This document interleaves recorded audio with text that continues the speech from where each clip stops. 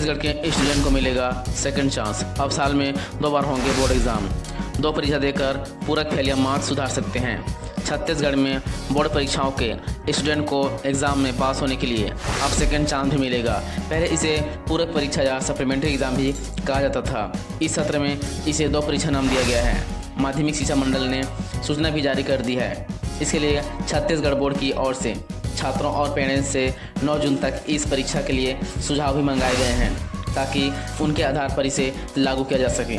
इसी सत्र से लागू होगा 2 परीक्षा नियम। एक ही सत्र में 2 बार बोर्ड परीक्षा के फैसले के बाद से ही चर्चा की थी। एक ही सत्र में 2 बार बोर्ड परीक्षा के फैसले के बाद से ही चर्चा की थी कि विभाग इसे 2025-2026 लागू कर सकता है, लेकिन विभाग ने इसी सत्र यानी 2024-25 से इस नियम को लागू करने की तैयारी की है। पेरेंट्स और स्टूडेंट के सुझावों के आधार पर जल्द ही इसे पूरे दिशा निर्देश से जारी किया जाएगा। छत्तीसगढ़ में 2 बार बोर्ड की परीक्षा होंगी। कुल मिलाकर अब छत्तीसगढ़ में 2 बार बोर्ड की परीक्षा होंगी।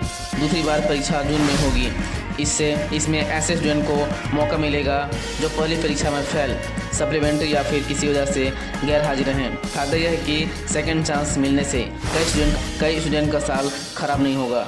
सप्लीमेंट्री वाले छात्र एक सब्जेक्ट की परीक्षा देंगे। 2 बार बोर्ड परीक्षा के तहत पहली परीक्षा में अगर किसी छात्र का रिजल्ट पूरक आता है या फिर वह 2 सब्जेक्ट्स में फेल हो जाता है तो दूसरी परीक्षा वह उसी विषय की देगा। अगर वह चाहे तो कैटेगरी इम्प्रूवमेंट और ज़्यादा नंबर के लिए सभी विषयों के एग्ज़ाम में भी बैठ सकता है। पहली परीक्षा में पास हुए विषय की दोबारा परीक्षा देने पर भी अगर छात्र फेल हो जाता है तब भी वह पहले रिजल्ट के आधार पर उसे पास माना जाएगा। जानकारों का कहना है कि 2 बार बोर्ड का एग्ज़ाम फार्मूला लागू होने के बाद से अलग पूरक परीक्षा नहीं होगी। यह दूसरी परीक्षा में तब्दील हो जाएगी। पहली परीक्षा में रजिस्टर्ड छात्र ही दूसरी बार कर सकेंगे आवेदन। साल में 2 बार परीक्षा के लिए कुछ नियम भी तय किए गए हैं। पहली परीक्षा के लिए रजिस्टर्ड छात्र ही दूसरी परीक्षा के लिए आवेदन कर सकेंगे। पहली परीक्षा में जो विषय लेंगे वही दूसरी परीक्षा में भी रखने होंगे, यानी विषय में बदलाव नहीं होगा।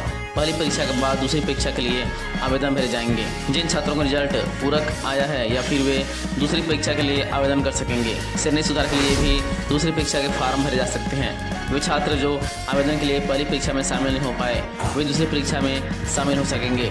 दूसरी परीक्षा का रिजल्ट दोनों परीक्षाओं में विषयवार ज़्यादा मिले मार्क्स के आधार पर तैयार किया जाएगा। तो ये थी आज की वीडियो। आपको ये जानकारी कैसी लगी हमें कमेंट बॉक्स में बताएं। तो मिलते हैं हमारी आने वाली अगली वीडियो में। तब तक के लिए जय हिंद।